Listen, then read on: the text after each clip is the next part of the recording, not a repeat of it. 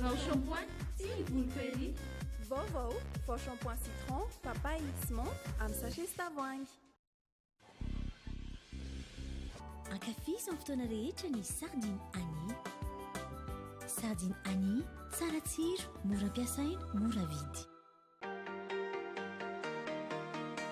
Socavitre, le spécialiste de la menuiserie en aluminium, des volets roulants, des vitres et des rideaux métalliques. Va au shampoing. Sardine Annie. Socavitre, Manultano, ni Vovo.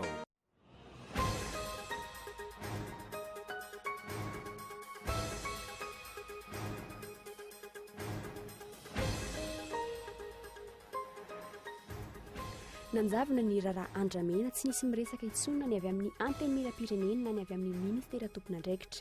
Inona ny zava-misy? Ireto falina izay nilaza fa tsy nisy afaka nandray ny mpanao gazety raha nanontaniana momba n'ireo fanontaniana mbola tsy nahazoambaliny amin'ity raharaha ity. Ny fotoana nefa mandeha ary mila vola ny firenena ary ny delestazy ny tarazoka. Ady mangatsika efa mangotraka amin'ny commune Antananarivo renivohitra mitony fitakiana ataon'ireo mpiasa ny commune Antananarivo hatramin'ny alatsinainy lasa teo. Mitaky ny hanesorana ny sekretary jeneraly ny ireo mpiasa, ampangany ireo mpiasa ny mpanao kolikoly, fanaovana tsindry azo lena ary fampiroroana mpiasa no antony izao fitakiana izao.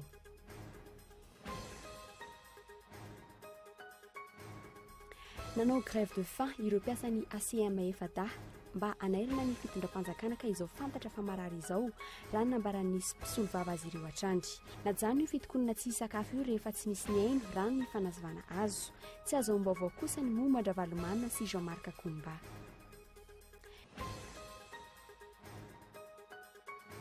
Tsy hiverina hiasa eto Madagasikara ireo orinasa afakaba mpamokatra ao amin'ny AGOA raha tsy vovoan'ny olana delestage miteraka fahatiantoka hatramin'ny 20 isanjato isanandro ho an'ny orinasa iray ny fahatapahan'ny herinaratra maharitra adiny 3 isanandro eto an-drenivohitra ary miaina ihany koa ny asa vita. Isan'ny fepetra-takiny Amerikana amin'izao fiverenana fiara-miasa izao ny famahana aingana io olana delestage io.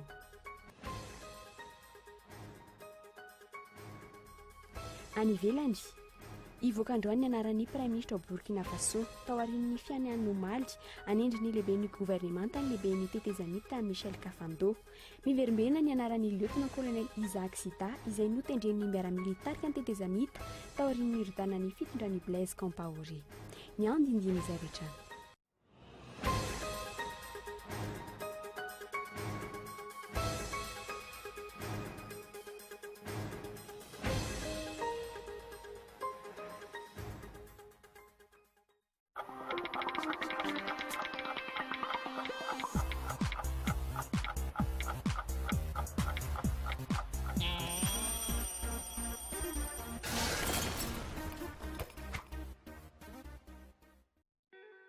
Socavitre en Outapenac, menuiserie en aluminium,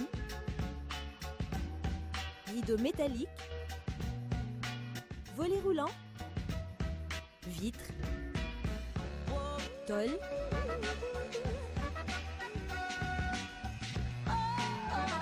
Socavitre en Outapenac, 020 22 682 28, 033 11 256 63, Socavitre en Outapenac. Très sincèrement à votre service. 12 ans déjà. Université privée habilitée par l'État vous propose filière Informatique de gestion, multimédia et communication, management des affaires, management du BTP. Diplôme, Bac plus 2 à Bac plus 5. Offre spéciale. GSI TOS, droit 0 arrière, écolage 40 000 arrière. Inscription ouverte au GSI TOS 033 84 160 56. Au GSI Antananarivo 034 60 543 90. GSI Analake 033 12 606 92.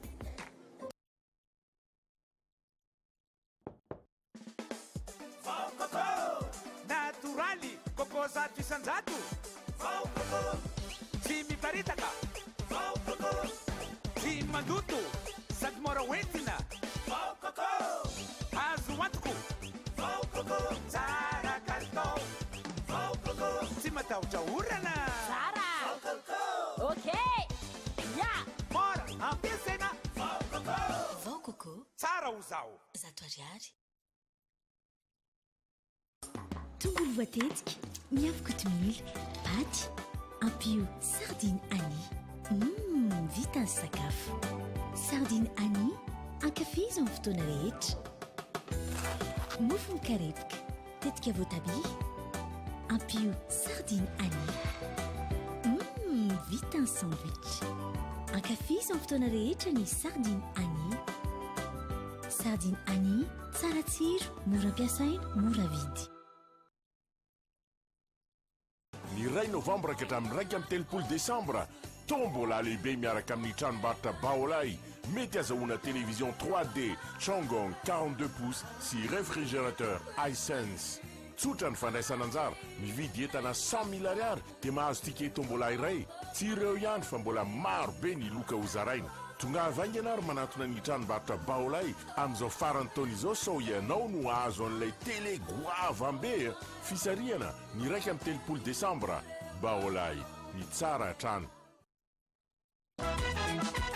Sous le haut patronage de son Excellence, Monsieur Eradjonar Mapian, président de la République de Madagascar, Monsieur Koul Roger, Premier ministre, le ministre d'État chargé des infrastructures, de l'équipement et de l'aménagement du territoire, le ministre des Travaux publics, le ministre du Transport et de la Météorologie, le ministre de l'Intérieur et de la Décentralisation organise le Congrès malgache de la route et des transports, 5e édition, les 26, 27, 28 novembre 2014 au CCI Vote. Retrouvez des centaines de stands des opérateurs publics, privés, usagers des routes et des transports, des opportunités d'affaires, d'échanges d'expériences et formations sur la construction et l'entretien routier. Les meilleurs artistes du moment seront à l'animation chaque jour. Divers lots à gagner lors de jeux concours, entrée libre, route et transport pour lutter contre la pauvreté. Sponsor officiel, BIT Imo, Colas, BOA, Airtel, Total, SPAT. Partenaire officiel, Zidex, Technet Group, Sogia. Sponsor, Groupe Gigi, Henri Fraise et Fils, Materoto, Vivo Énergie, Juvina.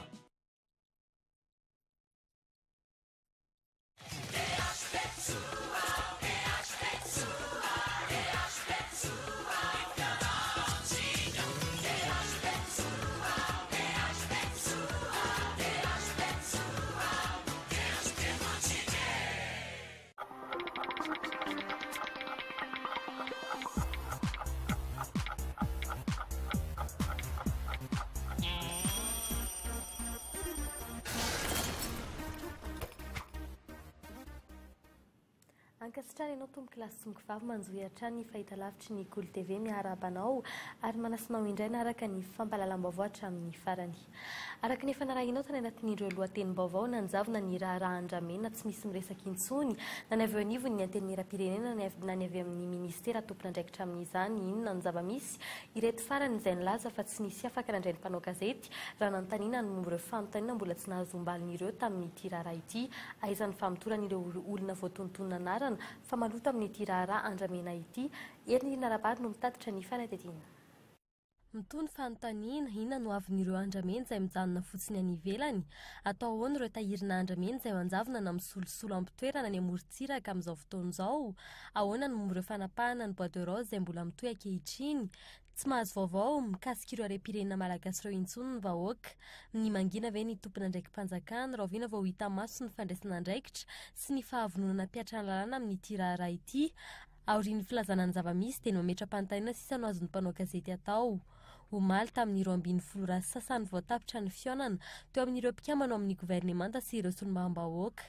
Fionana izay tokony nametrahany ireo fanontaniana mikasika ny fiainam-pirenena amin'ny ankapobeny sy ny politika mpanjakana, fangatana foto-drafitrasa sy fandokafana ny governemanta nandany fotoana teny. Tsy nasiana resaka ohatra ny raharaha andramena. Na ny minisitry ny tontolo iainana aza tsy hita tamin'ity fionana ity. Raha araka ny fanadidina nataonay anefa mbola misy ary mbola mitony fandranana andramena an-tsokosoko any amin'ireo distrika misy ity karazan-kazo ity. Efa nisy anarana maromaro ihany koa navoakanay teto amin'ny fahitalavitra Koly TV, saingy hatreto tsy mbola nisy famitorana natao na dia fantatra fa tsy sarotra aza ny mitady ireny olona ireny. Isany andrasany maro ihany koa ny fanontaniana mikasika ny hoe atao inona marina ireo tahirina andramena eto amintsika, hodorana ve dia ahoana, amidy ve dia ahoana ihany koa ny fandaminana izany. Raha ny fanosana farany tamin'ny taona 2024 mbola misy eo amin'ny 2,000 conteneur eo ny tahirina andramena eto amintsika izay tokony mbola apiditra maheriny $700 amin'ny kitapo mbola mpanjakana raha voatrandra kara-dalàna. ho an'ny olon-tsotra mpanara-baovao mampiaya ihany ny fahanginana ny trafika nefa tsy mijana tanteraka ny stock nanjavona nandritry ny fitaom-pitondrana ankehitriny araka ny fanadinana ataonay mpanao gazety nefa tsy misy voasambotra na dia iray azy sa mety efa nahazo fampitsorakelyka ireo tompona ndraikitra amin'izany fa ny mpanao gazety ny tsy maharaka mitombona ve ny ayahin'ny be sy ny maro sanatria hoe misy ny firaisana tsy kombakomba avo lenta amin'ity raharaha ity.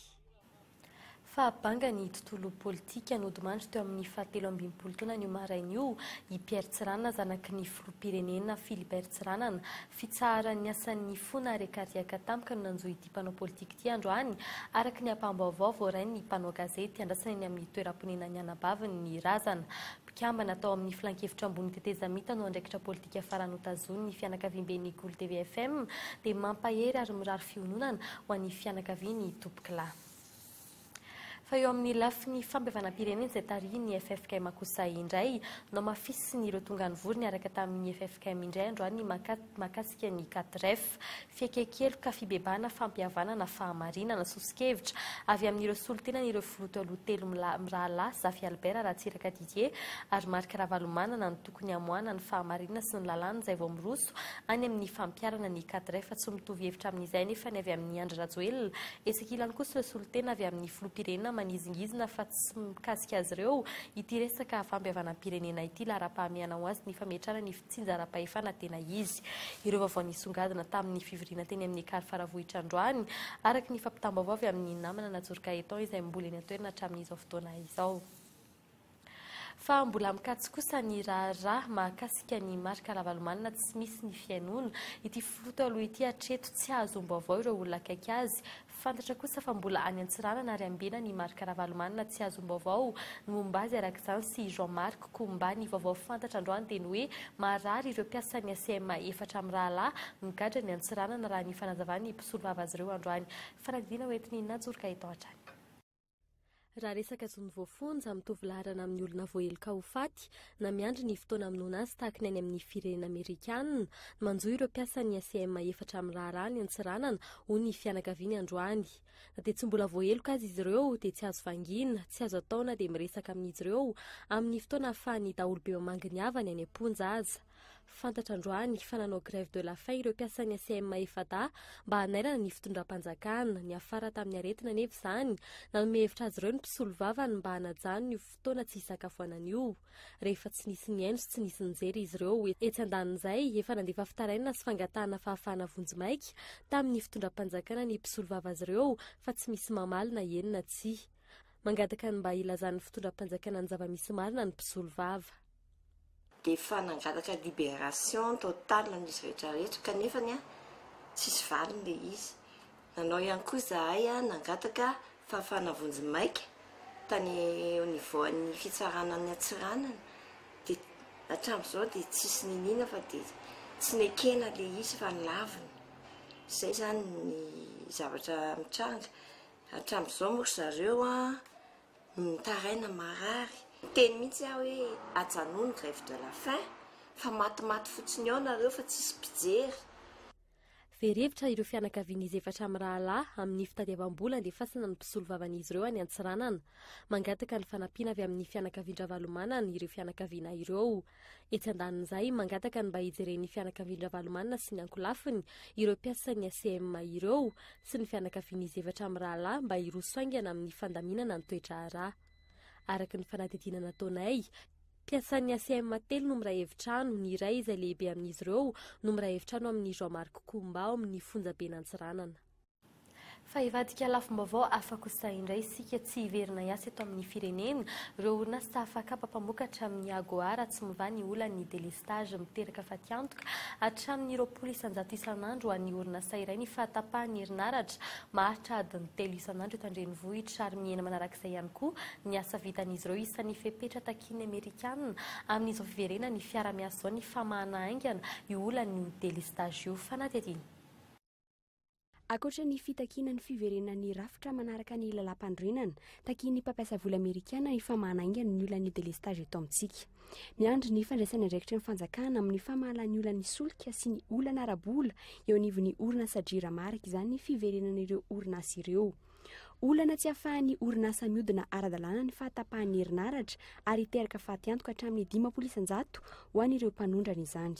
Prioritaire, ce fait le travail évidemment le gouvernement et c'est prioritaire évidemment pas uniquement pour les zones franches.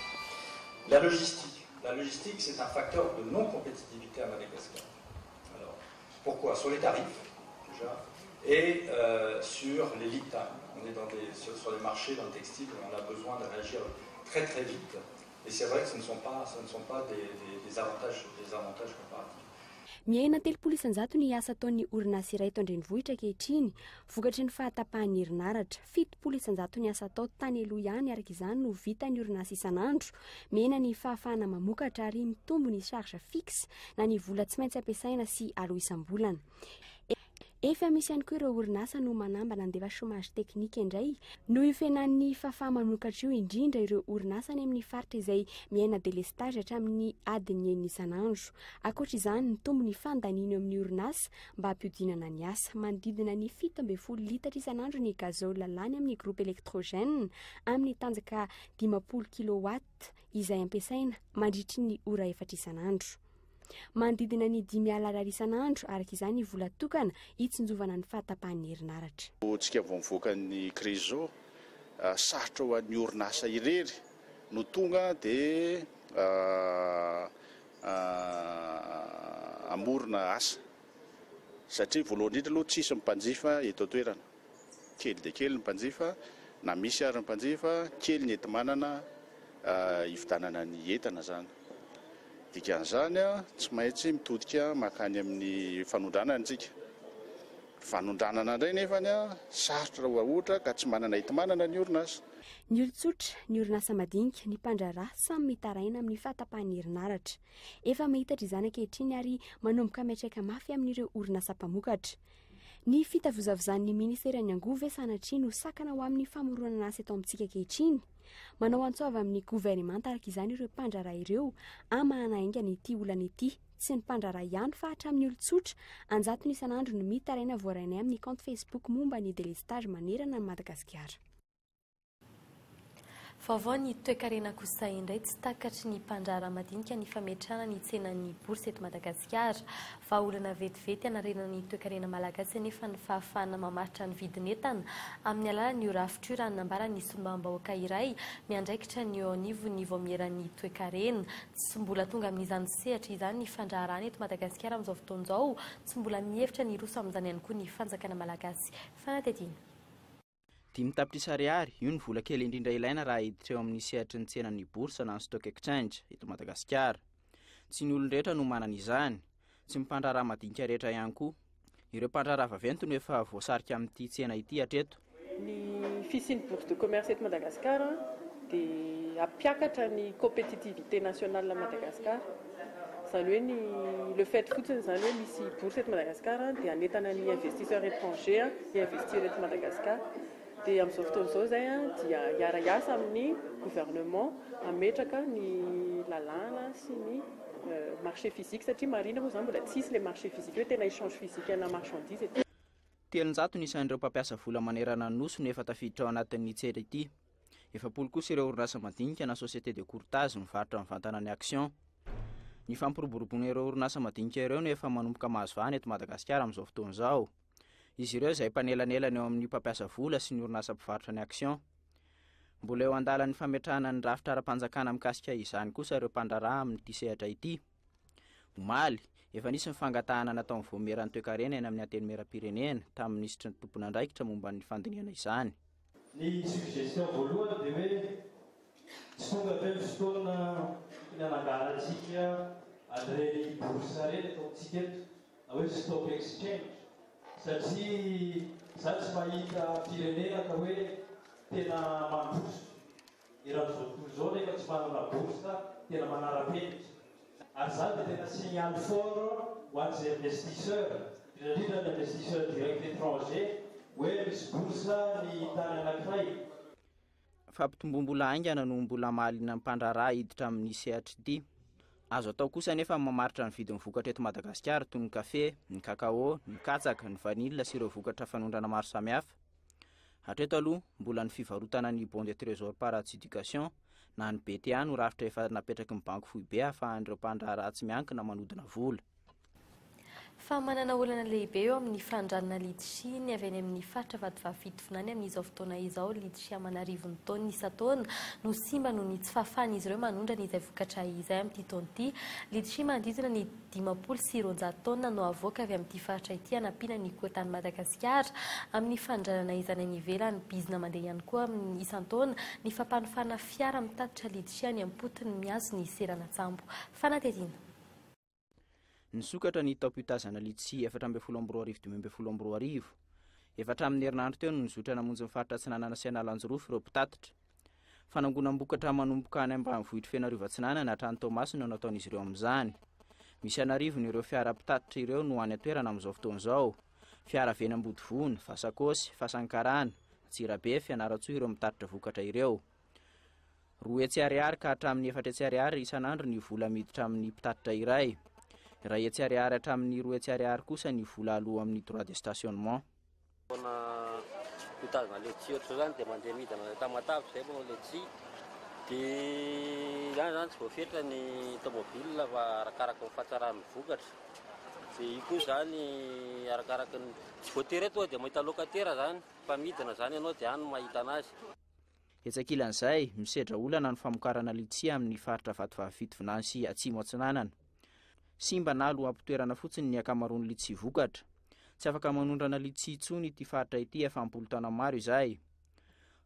2 ka hatramin'ny 3 taona isan-taona ny vokatra litsia mahafeno fepetra azo ahondrana avy any amin'ireo faritra ireo.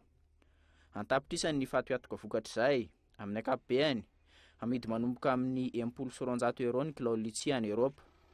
Tafakatra hatrany amin'ny 700 tapitrisa euro ny fatoatoka vokatra izany. Ankoatr'izay, raha fantatra fa 70 ariary isaky ny kilao ny etra aloha amin'ny kitapom-bola panjakana amin'izay fandranana litsia izay, mbola tafakatra hatrany amin'ny 20 tapitrisa ariary any ho any ny vola panjakana very. Isan'ny olana voalohany mipetraka ny tsy fisian'ny fiantsonan'ny sambo ahafahana manondrana izany mivantana raha nambaran'ny solombavam-baoaka voafidy tao Manakara. Izany ny faritra Vatovavy Fitovina ny tanteraka satria agnaty mananjara ny fanadihana ny kongo Manakara Volobeny. Raha vosomazo fetana letsia hay maty ny faritra fatany kasi zay misy tamotany Manakara hoe io mianina io letsia mahafahana Manakara velondreny mba mahavaka mananasa kelikely mba hinanany babany ny zaza rehefa faintany. Amin'ity taon'ity ahazo kota 520 taona ireo faritra roa ireo hamenona ireo fanondranana makany ivelany. Raha amin'izao fotoana zao dia misy atao hoe amin'ireny letsia ireny rehefa nivelany dia misy taux de soufre amin'ny limite de taux de soufre LMR ao anatin'ny pulpe. Iny taux de soufre io tsy maintsy sofrena ny letsia mba hahafahandreo jusqu'en Europe mba voatazona foana zany ilay vokatritsika mba ho tsara foana. Raha avany amin'ny Manakara avany amin'ny faritra Vatovavy Fitovina iny zany tsy maintsy asiana soufre mba hahafahany dia atao anaty camion frigorifique dia hahafahany jusqu'any amin'ny port anankiray hahafahany manondrana ilay izy. Mila tratra zany zay zavatra zay. Hatreto mbola fanontaniana tsy misy valiny ny fanamboarana ny seranatsambo Manakara izay ahafahana manondrana amin'ny vatana ireo vokatra litsia ireo. Raha tsy ivina, isan'ireo fampanantenain'ny filoham-pirenena Hery Rajaonarimampianina ihany koa ny fanamboarana izany. Faraky ny fanarahinotana anatin'ireo lohatenim-baovao mikorotana ny ao amin'ny komina Antananarivo renivohitra mitokana ary mitakiny analana ny tompona andraikitra ambony iray akaiky ny PDS n'Antananarivo. Raha ny lohatenim-baovao azonay fanaparam-pahefana kolikoly sy fanaovana tsindry azo lena amin'ireo mpiasa no anton'izao fitakiana izao manangasanga fitoriana an'ireo rehetra izay mahasamijoro io tompona andraikitra io. Tsy mbola hita kosa nefa izay tena hevitry ny filohan'ny delegaciona manokana Antananarivo hatreto momba n'ity raharaha ity. Ery ny rabary no mitatitra ny makasik'izay. Ny alatsinainy teo no nanomboka nanao fihetsiketsehana ireo mpiasa ao amin'ny komina Antananarivo renivohitra. Raha ny fanazavana azonay avy tamin'ny mpiasa maromaro, maro ireo endrim-pamiretana ataon'io tompona andraikitra ambony io. Maro ny kolikoly mahakasika azy ary maro ny pirofefananan'ny mpiasan'ny komina ao.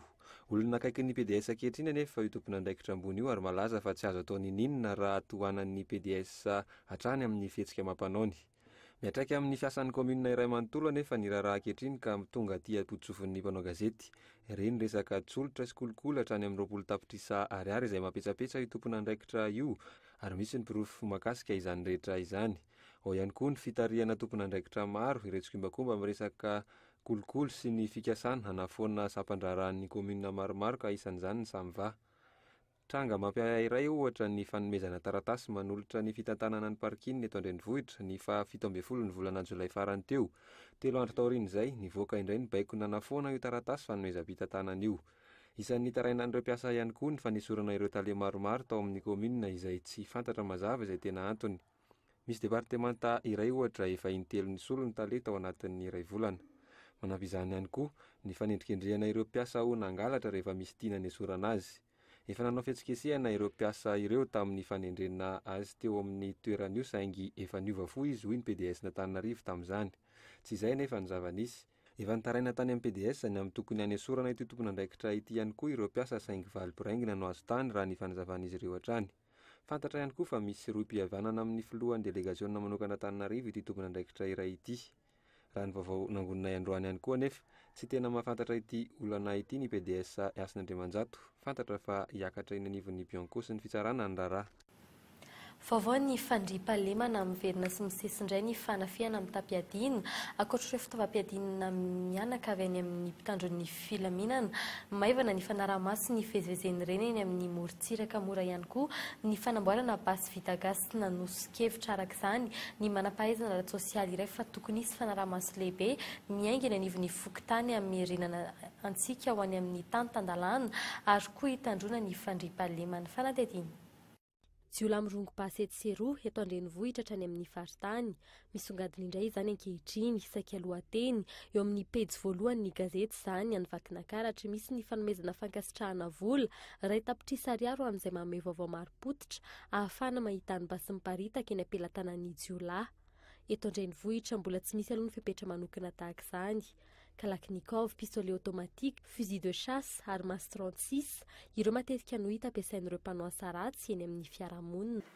Raha ny eto Andrenivohitra dia azo lazaina fa mety tamin'ireny grevy na reny hetsika na fanavahita eto amin'ny firenena ireny mety nisy ny basy na ny fitaovam-piadiana tsy voafehy. Ho ny any ambanivohitra indray dia mazana ireo zandary lavo perinasa no azahoan'ny jiolahy basy tamin'ny kodare zao dia voampirofo tamin'ity taon'ity zany 7 ny AKM ohatra azony zandary ny 4 taona dia tamin'ny kodare ireo zany voampirofo fa basy nampitany filaminana lavo tamin'ireny fifandonana tamin'ny daly ireny. Mora ihany koa ary azon'izay manatraikefa kely amin'ny resaka fizika ny mamorona basy tsotsotra alaintahaka amin'ireo mahery vaika. Ampolon'ny basy vita gasy tratra tamin'ity taon'ity.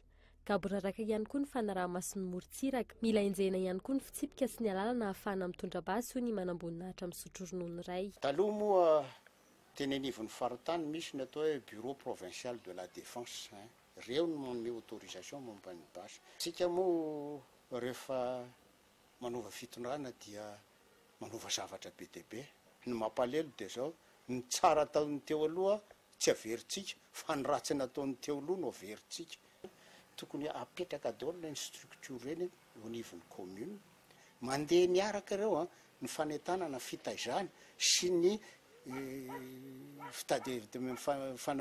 fisambonana na ireo le olon-dratsy miaraka zany ny éducation civisme sy ny coup de poing. Horesana mandritry ny fampihavanam-pirenena ve ny fomba ahafahana maka-pilaminana ireo basy miparitaka ankehitriny tahaka nataon'ny firena hafa izay niroso tamin'izany. Ny zava-misy basy mahery vaika no entin'ny jiolahy manafika eto Andrenivohitra. Efa maro no efa tratra ankehitriny kosa mivera tanteraka izany ka mampiorosaina ny olom-pirenena indrindra mahalona ny fampanantenana nataon'ny fitondram-panjakana fa hoe hiverina tanteraka ao amin'ny fampiarana ny tany tandalantsika. Eo amin'izay tsy fandriam-pahaleman'izay hatrany orinasa lehibe iray eto Andrenivohitra no nisy nisoloky omaly. Vola 3 etsy mahery no lasan'ireo olon-dratsy tamin'izany ny sandoka ho polisy. Ireo olon-dratsy raha ny fitantaran'ireo voasoloky efa maromaro ihany koa ireo olona mpisandoka ho polisy no efa voasambotra saingy izao mbola tsy ritra ihany zany. Mpanamboatra karatra maha-polisy maromaro ihany koa no efa nahiditra ponja volana vitsivitsy lasa izay efa matety pitrangana tahaka izao raha ny fanazavana avy eny anivon'ny mpitandron'ny filaminana saingy ireo taxi be no efa tratra matetika voalohany kosa nitrangana fisolokiana tamin'ny orinasa goavana tahaka izao. Fanampanazavana. Mba miantso ny tompon'andraikitra izahay fa tena efa tsy milamina tsony ny fandraharana satria efa tafiditra ny fisolokiana ny sehatra rehetrarehetra. Dia mba mangataka an'ireo tompona ndraikitra ambony izay a indrindra ho anay orinasa tsy miankina fa efa sahirana zay a efa sahirana amin'ny etra mbola tratra ny fisolokina tahaka zao kokoa ko dia mba manantena ny fiara-miasa matomatotra kokoa avy amin'ireo mpitandro filaminana sy ny mpitondra isan'ambaratonga samihafa. Lafim-baovao afaka hosahy indray tsy natao an'ny mpanao politika sy ireo olon-dehibe irery ihany ny fanehoan-kevitra azo vahana sy omena sehatra ireo ankizy raha ampitso andro ankalazana ny 20 taona ny fanamarana ny zo iraisam-pirenen'ny ankizy amin'ny alalan'ny tetika asa lisiny eno izahay tetika asa izay totosainy ny mainty molalina azo fiofanana avy any Etazonia sy ny maso ivony ny Etazonia no ahafahan'izy ireo manao izao fanehoan-kevitra izay izy eo amin'ny alalan'ny hetsika toy ny hosodoko ny silama ny tsianjery sy ireo maro hafa ny fanehoan-kevitra izy ireo raha apitso amin'ny folora sisa sany maraina no nanomboka izany ary toy hatramin'ny 20 novambra eo amin'ny zaridaina Antaninarenina ny fivoizana ny demokrasia no teny filamatra ity tetika asa ity fanampanazavana. Le tetika asa lisina zany a miainga avy amin'ny izay le teny filamatra izay le hoe fivoizana ny demokrasia. Ny demokrasia izay ny ahafantarantsika azy dia hoe ny olon-dehibe sy ny mpanao politika foana no ahafantarana azy matetika fa ny adino dia ny ankizy koa dia manana izay zo zay ka raha pito zany ao anatin'io tetika asa io dia ankizy daholo ny resaka ao ny ankizy no aneho hevitra aneho ny fanehoan-keviny amin'ny alalana hetsika maro samihafa fa ny tena tsindriana zany dia le ankizy mihitsy no aneho hevitra ampiseho an'izay le hoe fanehoan-kevitra fahalalahana demokratika zay. Ivadika eo amin'ny pejiny maresaka avy any ivelany kosa isika hivoaka androany anaran'ny Prime Ministre ao Burkina Faso taoriny ny fianianany omaly any endriny lehiben'ny gouvernemanta ny lehiben'ny tetezamita Michel Kafando mivenibena ny anaran'ny lieutenant colonel Isaac Sida izay notendreny miaramila hitarika ny tetezamita taoriny ny rodanan'ny fitondrany Blaise Compaoré fanatedina eo amin'ny sariny France 24. Eritoana ny faharetany fitondrana tetezamita tariny Michel Kafando sarotra nasambola miandry azy laharam-pahamena ny fanendrena ny mpikambana andrafitra ny fahefana mpanatateraka sy ny fahefana mpanao lalàna atongavana ny amin'ny famerenana ny demokrasia. Ezaka zany araka izany ny fanendrena ireo ao anatin'ity herinandro ity androany no amoahana ny anaran'ny lehibe ny gouvernemanta isan'ny anarana voatontonona ny lieutenant colonel Isaac Sida. Ny fifanarahana vita sonia ny orenan'ity tetezamita ao Burkina Faso ity raha teo mamaritra fa mety ho sivily na miaramila ny Prime Ministre. Ny lieutenant colonel Sida ihany koa nilaza iara-iasa amin'ity lehibe ny tetezamita vaovao ity. Izy ireo izay anatanteraka ny famindram-pahefana ny zoma izao. Andrasana raha ampitso alakamisy ihany koa ny fanendrena ny mpikambana ao anatin'ny gouvernemanta raha toka ny zoma izao no anatanterahana ny fanendrena ny mpikambana eo anivon'ny anteny mera ny tetezamita. Mitaky ny alana ny tompona andraikitra ambony iray akaiky ny PDS n'Antananarivo ny mpiasan'ny komina Antananarivo vahaolana vetivety ahafahana manarina ny toe-karem-pirenena ny fahafahana mamaritra ny vidin'entana amin'ny alalan'ny tsenan'ny borsa.